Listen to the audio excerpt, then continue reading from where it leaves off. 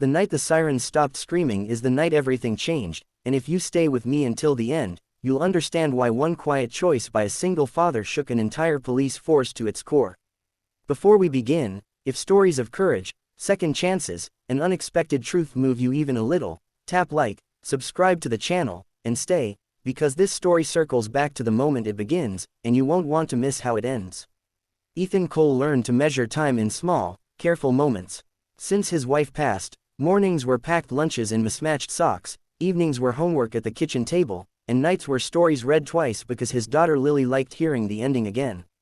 He worked as a tow truck driver, the kind of job that put him on the road at odd hours, and he chose the late shift because it paid a little more and because Lily slept better when he was home before dawn.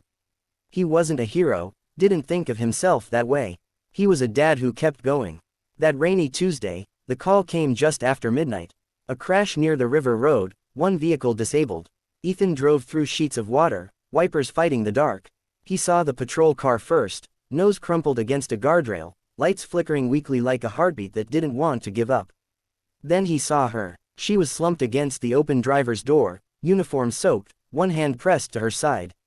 Her name tag read, M. Reyes. Blood mixed with rain and ran toward the gutter. Ethan didn't think. He grabbed his jacket, wrapped it around her shoulders, and spoke calmly the way he spoke to Lily when thunder scared her. She tried to wave him off, stubborn even then, but her eyes fluttered and she sagged. He called for help, pressed where she told him to, and stayed with her until the ambulance arrived. Later, people would say he saved her life. Ethan would shrug and say he did what anyone would do. But not everyone would have noticed the way her breath hitched when the pain spiked, or how she kept apologizing for bleeding on his jacket. Not everyone would have stayed after the paramedics took over, waiting in the rain until the tow was done, because leaving felt wrong. Officer Maya Reyes woke up in a hospital bed with a dull ache and a sharper sense that something important had happened. The doctors said she'd lost a lot of blood, that another 10 minutes might have changed the outcome. She asked about the man who found her. They said he left before dawn, had a kid to get home to. She smiled at that, a small, private smile. The force praised her recovery, pinned a commendation on her board, and told the story of the crash as a reminder to watch the roads in storms. But there were things Maya didn't tell them.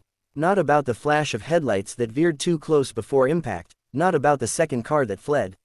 And not about the way the name, Cole, tugged at something in her memory, a file she'd closed years ago and sworn she'd never open again. Ethan tried to put the night behind him. Lily asked why his jacket smelled like the hospital. He told her it helped someone who needed it. She nodded, solemn, and went back to coloring. Weeks passed. Bills came. Life settled. Then one afternoon, a police cruiser idled outside his house. Maya stood on his porch in plain clothes, a careful smile on her face, a basket in her hands. "Thank you, muffins," she said, like the words were inadequate but necessary. Lily peeked around Ethan's leg, curious. Maya knelt to her level, introduced herself, and Lily decided she liked her immediately. Kids had a way of seeing past uniforms. They talked at the kitchen table. Maya learned about Lily's favorite books and Ethan's late shifts. Ethan learned Maya lived alone, that she'd joined the force to make things safer because growing up had taught her how fragile safety could be. There was an ease to it that surprised them both. Before she left, Maya asked if she could stop by again. Ethan said yes, and meant it. Their friendship grew quietly. Coffee after school drop-off. Texts about nothing and everything. Maya came to Lily's recital and cried when Lily forgot a line and kept going anyway. Ethan helped Maya fix a leaky faucet, laughed when she admitted she'd called it a mysterious indoor rain.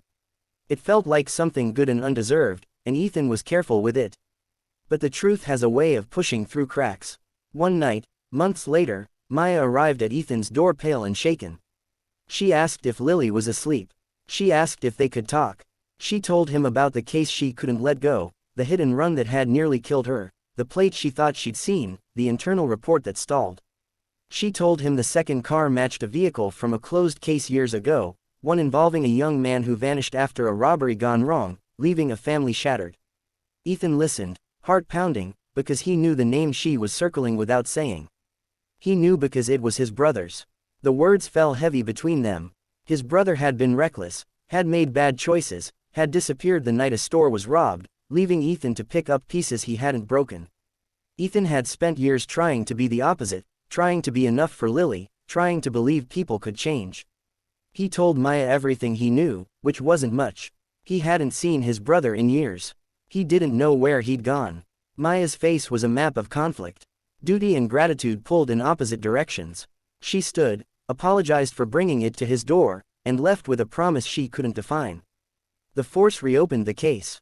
Rumors ran. Some officers resented the attention. Others dug in. Maya faced questions that cut close, whispers that wondered aloud whether her judgment was compromised. She didn't defend herself with the story of the man who saved her, because it felt like it would cheapen both of them. She worked harder, stayed later, followed leads that led nowhere. Then Lily went missing. It was only an hour, but an hour can be an eternity when a child doesn't come home from the park. Ethan's hands shook as he called Maya, as he called anyone. Sirens filled the streets again, and this time Ethan felt every second. They found Lily with a woman who'd mistaken her for her niece, confusion born of new glasses and old habits. Lily was safe, scared but brave. In the aftermath, as relief turned to exhaustion, Ethan realized something.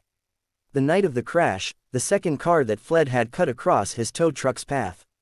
He'd cursed it and kept going. He'd seen a bumper sticker, a crack in the tail light. Memory sharpened with purpose. He told Maya. The lead broke the case open. The car was found. The man inside was not Ethan's brother. It was someone else entirely, someone who'd used old plates to avoid attention.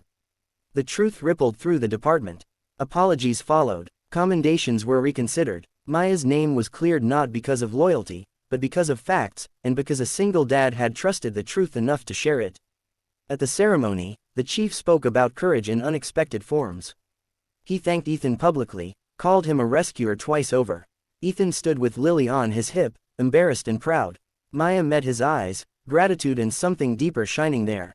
Later, when the room emptied, Maya told Ethan she'd learned something important. That saving someone isn't a single act, but a series of choices to stay, to speak, to believe. Ethan told her he'd learned the same thing the night his wife died, the morning Lily learned to tie her shoes, the second he wrapped his jacket around a stranger in the rain. They didn't rush what came next.